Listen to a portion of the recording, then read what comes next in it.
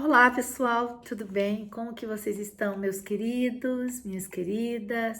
Sejam muito bem-vindos de volta ao nosso canal. É um privilégio, gente, imenso ter você aqui para mais um estudo profundo, emocionante, transformador da Palavra de Deus. Olha, se você, sentiu o coração tocado pelo nosso último encontro, prepare-se, porque o texto de hoje, gente, é uma das obras poéticas mais grandiosas, viscerais de toda a Bíblia. Já deixa o seu like, se inscreve no canal e vem comigo, tá bom? Por que que eu falo isso desse salmo, gente? Por que que eu falo isso desse salmo? Esse salmo, gente, ele é maravilhoso, é o Salmo 89. Hoje nós vamos mergulhar profundamente nele. Esse salmo tem uma importância teológica monumental. Ele fecha com chave de ouro o terceiro livro dos Salmos, que vai do Salmo 73 ao 89. Então, prepare o seu coração para uma jornada de 52 versículos que transita, tá, entre um louvor mais absoluto e o lamento mais profundo, nos mostrando como adorar a Deus quando as promessas parecem colidir, sabe, gente, com a nossa realidade. Não tem como a gente aprender sobre esse salmo sem também entender o contexto e também quem escreveu, certo? Bom, o Salmo 89, ele traz no seu título promessa messiânica a Davi. Em algumas outras traduções tá o clamor do ungido também, tá bom? E fala que é uma obra profética, poética do ex-raíta Etan. Alguns autores ele apresenta como Mesquil de Etan, tá? O israelita, que significa poema também, poema de instrução, na verdade, ou um estudo, sabe assim? É nesse sentido, tá? Mas enfim, gente, quem foi Etan? Etan, gente, ele foi um dos grandes líderes de louvor e adoração estabelecidos lá pelo rei Davi. A gente tem uma ideia de que ele era um homem muito sábio, porque lá na Bíblia, em 1 Reis, gente, eu anotei aqui, em 1 Reis 4:31, fala que Etan, gente, ele era um homem sábio, porque a sabedoria extraordinária que ele tinha servia de parâmetro para medir a sabedoria do próprio rei Salomão, que era o homem mais sábio que já existiu, né? Então, lá no versículo, quando você lê, gente, vai lá ler, fala o seguinte, né? Que Salomão, ele era mais sábio do que Etan. E tem alguns outros nomes lá também, que acredito ser homens muito sábios também, por isso que estavam ali, medindo de parâmetro para mostrar a sabedoria de Salomão. Top isso, né? Qual que era o cenário aqui? Então eu quero que você imagine esse homem sábio, extremamente sábio, tá? Então imagine ele, imagine um homem extremamente sábio, profundamente apaixonado pelas promessas do Senhor, pelas promessas de Deus, assistindo ao pior cenário possível. Sim, gente. Historiadores apontam que Etan ele escreveu este salmo em um momento de terrível crise nacional ali, provavelmente na invasão babilônica ou uma derrota militar catastrófica, onde Jerusalém foi devastada e o templo, né, profanado. E o rei da linhagem de Davi foi destronado, né, e humilhado publicamente, entendeu? Por quê, gente? Porque o Salmo 89, gente, ele é um desabafo de um adorador que pergunta a Deus: ó Senhor, o Senhor prometeu que o trono de Davi duraria para sempre. Como que entender o que nós estamos vivendo aqui agora, Senhor? É isso que ele está perguntando para Deus. Então vamos analisar, gente, essa obra-prima, versículo por versículo, mas de 3 em 3 eu vou lendo para vocês, tá bom? E vamos manter a fidelidade da Bíblia, tá? Da Bíblia, no caso aqui, a King James, tá bom? E eu convido você a pegar a tua Bíblia e acompanhar. Mesmo que tenha alguma coisa diferente, você vai perceber que o contexto, que o conteúdo é o mesmo, não muda. tá? Então vamos lá, gente. Para sempre cantarei sobre o inesgotável amor leal do Eterno. Minha boca proclamará a tua fidelidade a todas as gerações. Sim, anuncio a todos que teu amor está edificado para sempre. Nos céus estabeleceste tua fidelidade. Fiz aliança com meu eleito, jurando a Davi, meu servo. Gente, Etan, ele começa fincando a sua âncora no caráter de Deus. Mesmo sabendo que o lamento virá mais adiante, ele toma a decisão consciente de começar louvando a misericórdia, o amor leal do Senhor eterno, a fidelidade divina do nosso Pai. No versículo 3, gente, aqui, que já a gente vai continuar, é o próprio Deus falando. Você percebeu? É o próprio Deus falando aqui, introduzindo o tema central de todo esse salmo, a aliança incondicional feita com Davi. E aí você viu como que essa aliança tá aqui nos versos seguintes. Então vem aqui comigo nos versos seguintes. Versículo 4. Estabelecerei tua descendência para sempre e firmarei o teu trono de geração em geração. Aí tem uma pausa para a gente refletir sobre isso. Versículo 5. Os céus exaltam tuas maravilhas, Senhor, e tua fidelidade na Assembleia dos Santos. Quem no céu se compara ao Senhor? Quem é igual ao Senhor entre os seres celestiais? Eu preciso começar aqui falando que o versículo 4, ele encerra o decreto de Deus sobre a linhagem eterna, uma promessa que encontra cumprimento perfeito e final apenas em Jesus, nosso amado, nosso Messias, o Cristo, o descendente de Davi. Diante dessa promessa, gente, o salmista ele ergue os olhos para o cosmos. Deus não tem rivais na terra e nem no reino celestial. Ele é incomparável. Incomparável.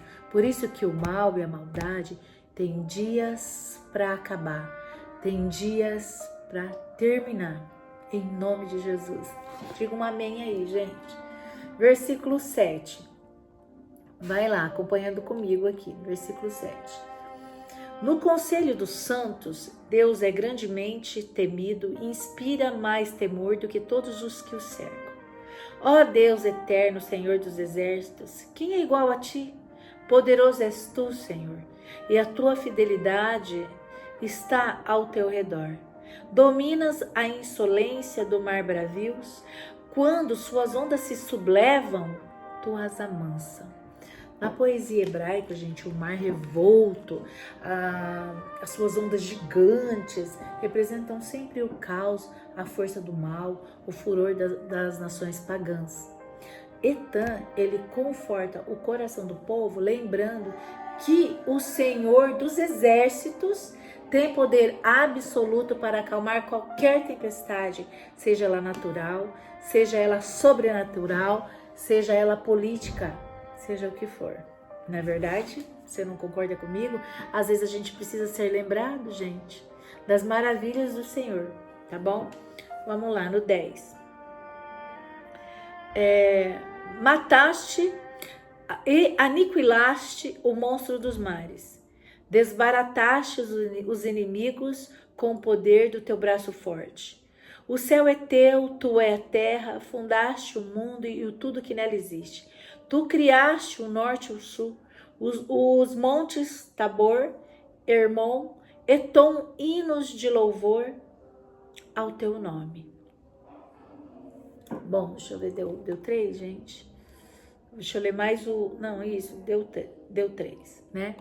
Bom, aqui, gente, a menção poética fala muito aqui do poderoso Senhor dos exércitos, né?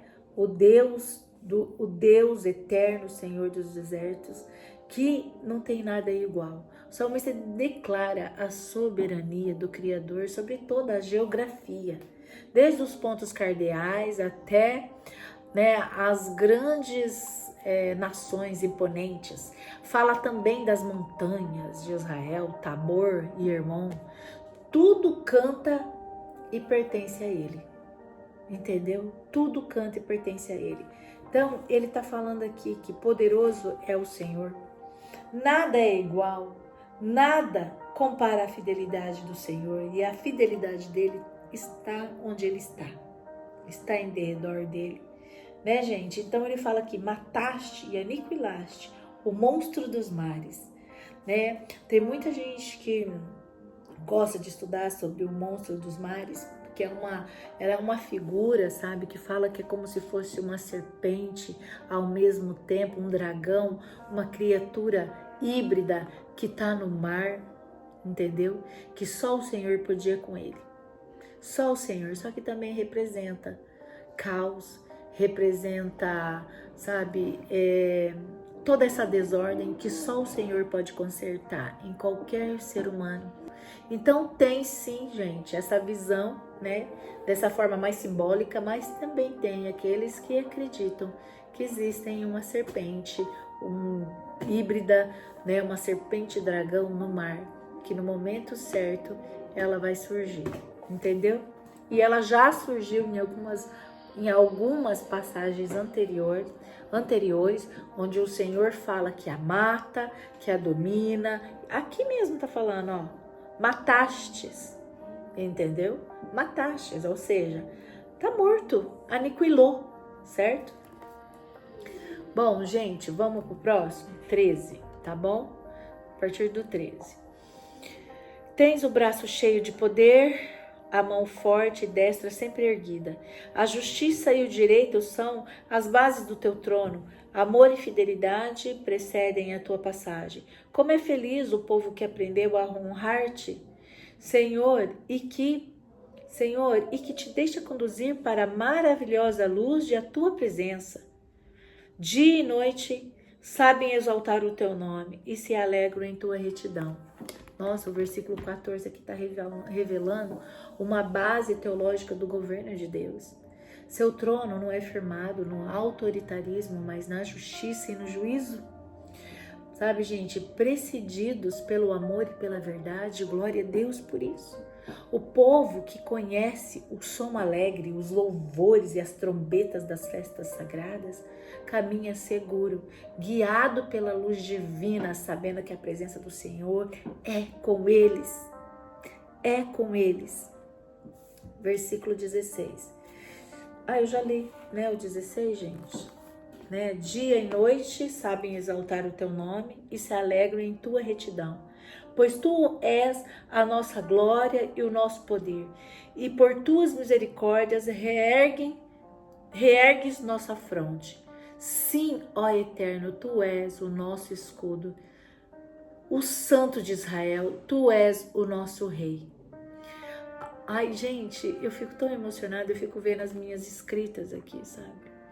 Na minha Bíblia, eu tenho essa questão de ficar fazendo essas anotações no canto da Bíblia, sabe? Como isso aqui mexe comigo, porque toda vez que eu leio, sabe, gente?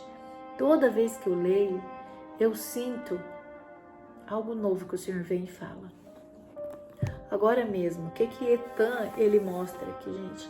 Etan, ele reconhece que o poder de Israel, simbolizado aqui, né, de uma certa forma, né, por essa coisa, né, como é feliz o povo que aprendeu a honrar-te, né, como é a presença do Senhor diante do dia e da noite, sabe, que o Senhor, ele tá ali, reto, né, porque a glória dele, a misericórdia dele ergue as nossas frontes, ergue a nossa cabeça, gente, né?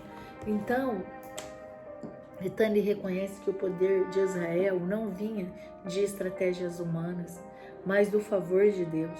O rei terreno era apenas um servo, sim, sabe? Ele é apenas um servo, um verdadeiro monarca, protetor e defensor da nação sempre foi o Santo de Israel. Ele sempre foi o verdadeiro monarca, o nosso Pai. Ele que sempre cuidou, amou, sabe, da nação de Israel, né? Então vamos lá, gente, 19 a 21. Outrora, em visão, falaste assim aos teus reis: dei meu apoio a um herói, do meio do povo exaltei um escolhido. Encontrei Davi, meu servo, ungiu-o com meu óleo santo. A minha mão sustentará e meu braço será a sua força. Uau! Uau, gente! O salmista aqui, o Etan, ele reconta a história da eleição de Davi através do profeta Samuel. O Samuel o encontrou lá, né, gente, no meio do pasto. O pai nem fazia questão que Davi se sentasse na mesa, nem contou ele, sabe, quando Samuel pediu para ver os seus filhos, né, quando Samuel pediu para o pai de Davi, né, cadê os seus filhos? Ele olhou todos aqueles, né, que já eram soldados, homens grandes, fortes, mas Davi, que era só uma adolescente que estava lá no deserto cuidando das ovelhas. Deus não buscou um rei nos palácios, os mais fortes dos soldados, mas achou Davi no campo, gente, cuidando das ovelhas.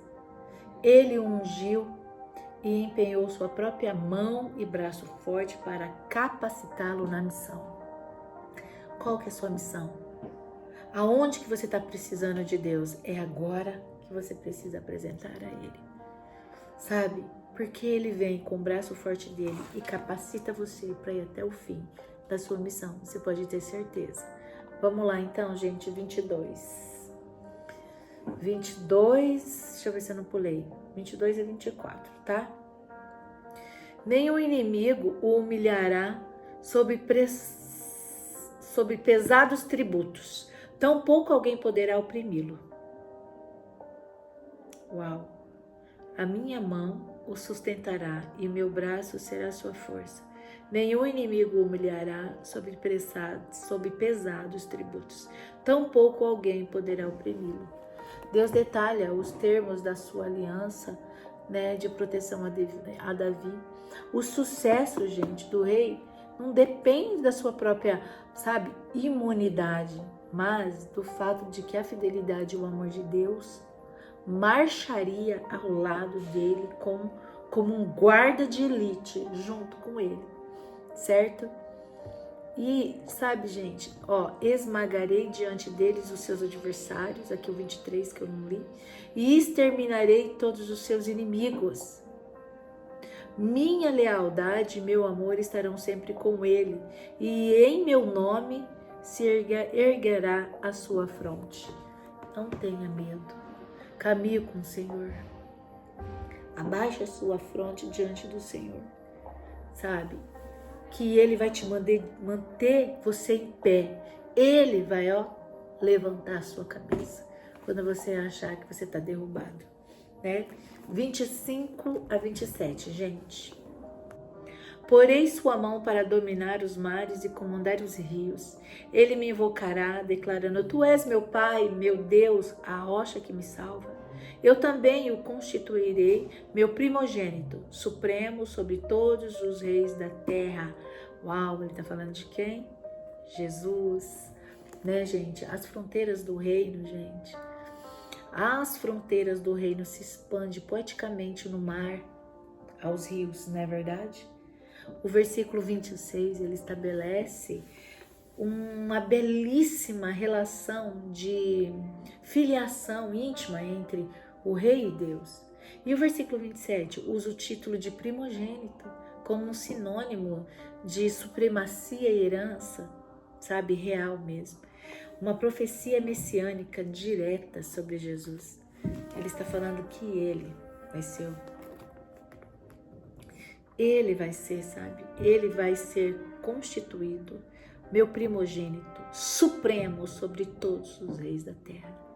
Glória a Jesus, que já veio e que nos ensinou tanto, que subiu aos céus, que está sentado ao lado do Senhor Todo-Poderoso, que olha por mim, que olha por você, e que lá na casa do Pai, Ele disse que tem muitas moradas.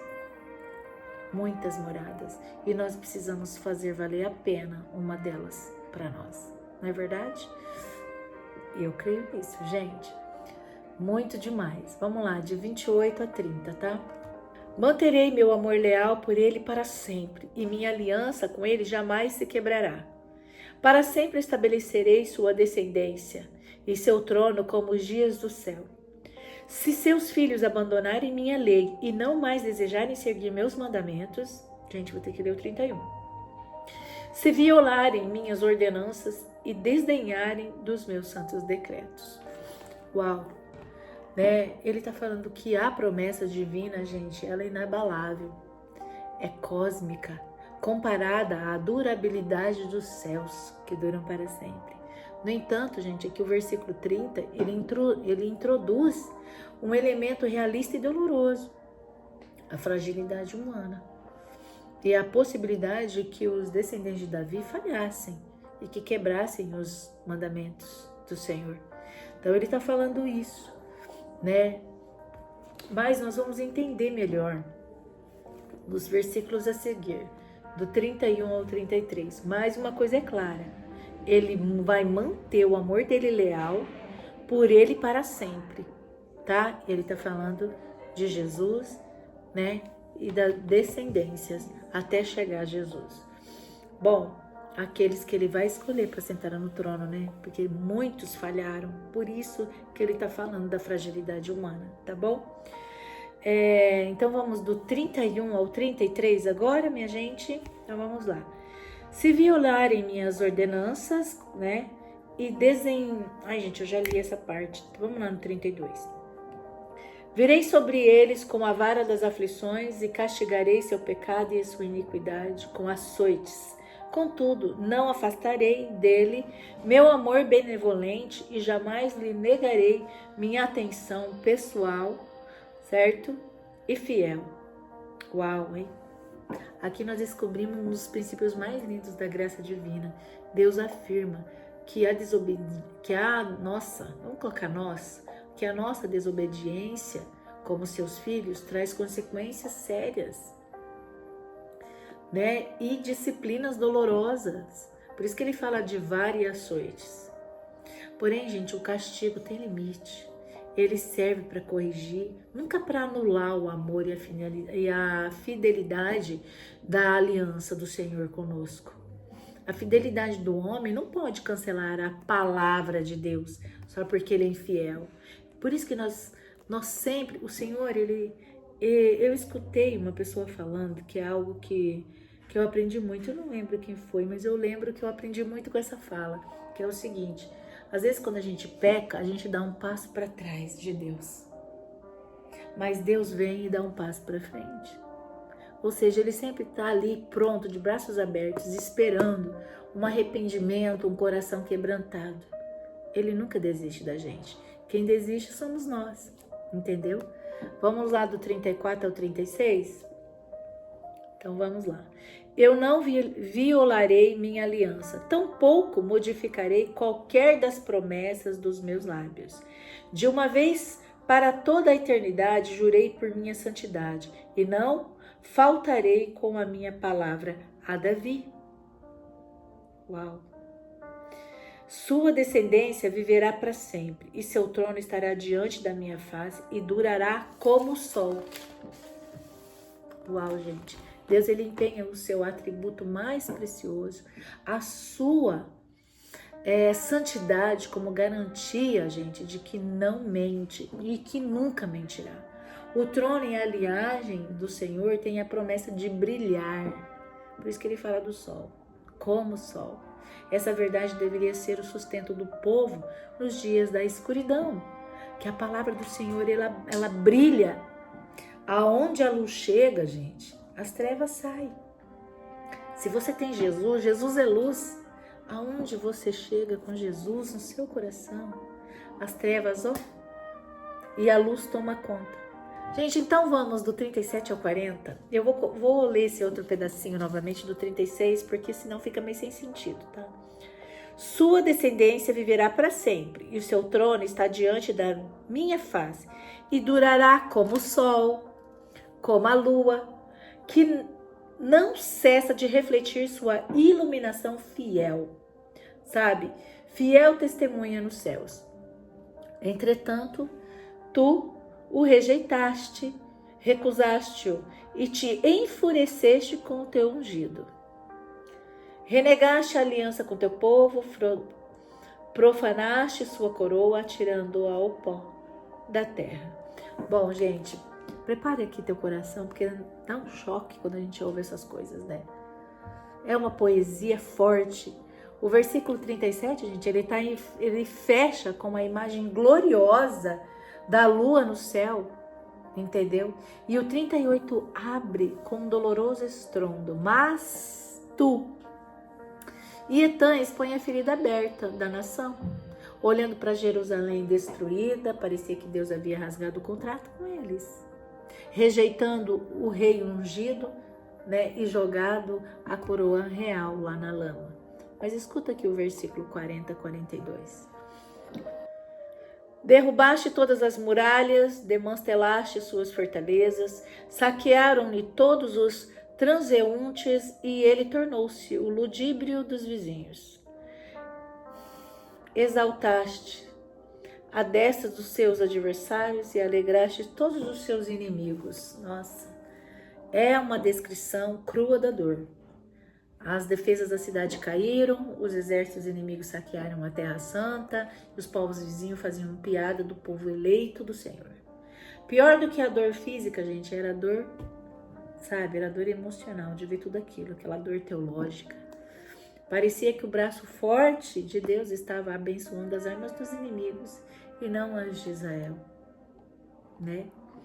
Olha lá, verso, vamos lá, eu parei no 42, de 43 ao 45. Tiraste o fio da sua espada e não apoiastes na guerra. Puseste fim a seu esplendor e derrubaste por terra seu trono. Abreviaste os dias da sua juventude e o cobriste de vergonha. O exército perdeu a capacidade de lutar, né? Perdeu a capacidade aqui de lutar, o fio da espada, porque perdeu o suporte do Senhor. Sem Deus nós não somos nada. O rei atual experimentou uma humilhação tão profunda, gente, que foi como se a juventude tivesse sido roubada dele, sendo coberto por um manto de vergonha pública perante as nações. Então foi isso que aconteceu aqui. Vamos ver os demais versículos. Vamos ver 46. Até quando, Senhor? Para sempre te ocultarás, ardendo como fogo a tua ira. Lembra-te da duração da minha vida. Criaste em vão todos os seres humanos? Viverá sem ver a morte algum valente que possa esquivar-se das garras da sepultura? Nossa, gente, diante do silêncio de Deus aqui, o sábio Etã faz perguntas honestas e desesperadas ao mesmo tempo. Ele usa, né, o argumento da brevidade da vida, conectando assim ao Salmo 90 de Moisés, que eu tô louca para estudar com vocês, é no nosso próximo vídeo, para apelar ao coração de Deus. Senhor, age logo, ele fala, mude a nossa história antes que a nossa geração morra na miséria e pareça que fomos criados em vão.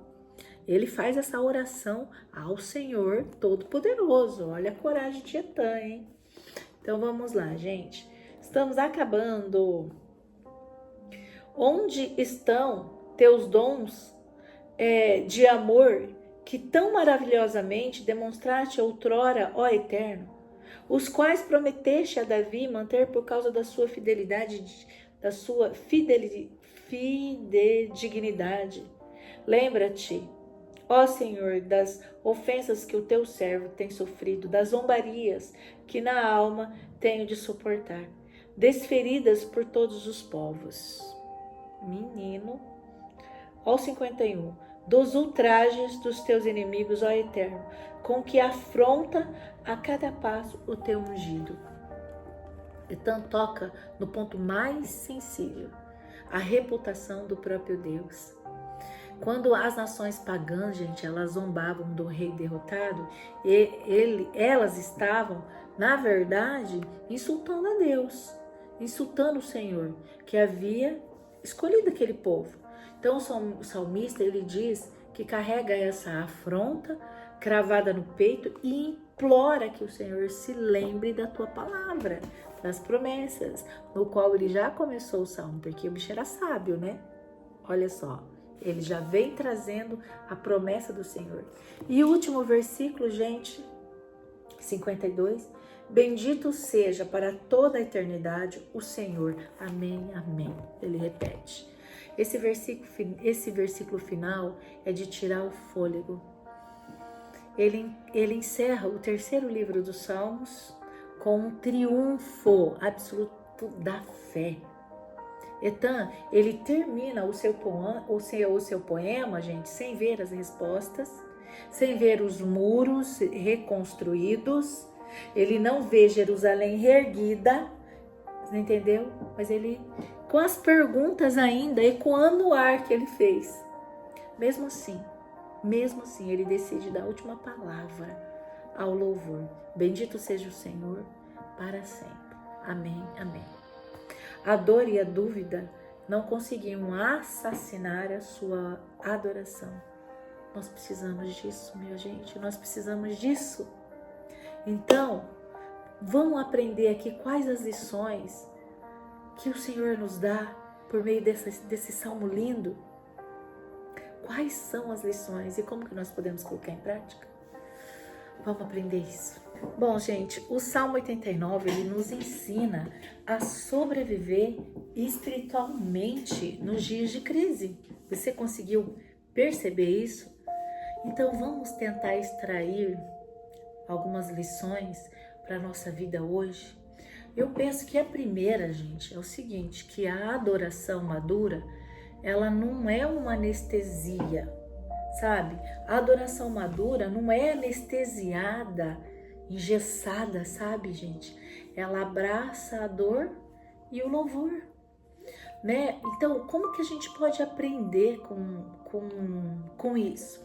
Etan, gente, ele não fingiu que estava tudo bem e nem recorreu a um falso triunfalismo, né? Ele cantou a grandeza de Deus, ele olhou para ela, ele expôs a ferida aberta e escolheu bem dizer ao Senhor. Aqui no final nós vimos isso. A fé verdadeira aguenta o peso, entendeu? Do paradoxo. Aguenta você saber que você está passando ali por essa dor, esse conflito, mas que tem um Deus gigante que pode tirar deste lugar, entendeu? Porque é misericordioso, porque as misericórdias dele se renovam todas as manhãs, porque ele não, nosso Senhor, sabe, gente, ele não aguenta um coração aquebrantado. Ele ouve a nossa oração, ele nos vê e nos ajuda por pura graça. Não porque nós merecemos, mas porque ele é bom demais, entender? Mas às vezes a gente precisa passar por algo na nossa vida para valorizar isso, para buscar essa conexão com Deus, para poder também testemunhar da força do Senhor, desse braço forte que ele tem, né? Bom, gente, faz o seguinte, no seu diário de oração ou no seu momento de devocional, divida suas conversas com Deus em duas partes. Comece declarando quem Deus é, imutável, bom, fiel, justo, verdadeiro. Depois, derrame as suas angústias reais, sem filtros, e termine selando com um voto de confiança, independentemente das respostas imediatas. Tente fazer isso. Tenho certeza que vai ser transformador para você, tá? Os versículos, gente, 30 a 34, ele nos garantem que quando nós erramos, entendeu? Quando nós erramos, nós falhamos, Deus nos corrige com firmeza, porque nos ama como filhos. Mas a sua aliança de graça, como eu falei, firmada na cruz de Cristo, permanece inabalável. As disciplinas de Deus, elas servem para nos restaurar, não para nos rejeitar. Entender? Se você falhou, gente, ou se você está enfrentando as consequências dolorosas dos seus erros, ou dos erros de alguém sobre você, não fuja da presença de Deus, por vergonha ou por medo. Use a vara da correção como um sinal de que você ainda é filho, filha. Corra para os braços do Pai através do arrependimento sincero, através da dependência total nele, sabendo que o amor leal dele por você não mudou e nunca vai mudar. Você está entendendo? Não mudou e nunca vai mudar. A fidelidade de Deus e as suas promessas, gente, tem um relógio eterno, não cronológico. Porque olha só, para Etã parecia o fim da linha. Mas séculos mais tarde, naquela mesma linhagem, aparentemente destruída de Davi, nasceu Yeshua, Jesus de Nazaré, o Rei dos Reis, cujo trono jamais terá fim. Olha, até começou a chover aqui. A presença de Deus, gente. A presença de Deus. Como é bom sentir a presença dele. Deus, ele não esquece e nunca vai esquecer das suas promessas. Ele estava preparando um cumprimento muito maior naquela época. E ele está fazendo isso agora, também aí na sua vida. Sabe, gente, quando uma promessa na sua vida, na sua família, na sua saúde, na sua carreira, parece morta ou enterrada, mude a sua perspectiva. Escreva em um papel, pega lá um papel, uma promessa bíblica específica sobre a sua situação e declare diariamente ela. Senhor, o cenário atual diz não, mas a palavra de Deus diz sim. Diz sim. Eu decido esperar no tempo do Senhor. Eu prefiro esperar a sua resposta, Senhor. Eu prefiro. Sabe, gente, eu quero terminar aqui com você fazendo uma oração sincera. Curve sua cabeça, se você pode, e una o seu coração ao meu nessa oração sincera. Se você pode, curve a cabeça e feche os olhos. Se você não pode, ouça cada palavra com verdade e sinceridade aí no seu coração. Certo? Ó Senhor, Deus incomparável, que dominas o ímpeto dos mares e aquieta as ondas que tentam afundar a nossa vida. Nós te louvamos porque a justiça e o juízo são a habitação do teu trono e da tua fidelidade. A tua fidelidade nos cerca por todos os lados, Senhor. Pai, tu conheces os dias em que nos sentimos como Etã, dias em que olhamos ao redor e parece que as tuas promessas falharam, que as nossas fortalezas caíram e que fomos cobertos de vergonha. Ó Senhor, quantas vezes o nosso coração aflito pergunta: até quando, Senhor? Cadê o Senhor?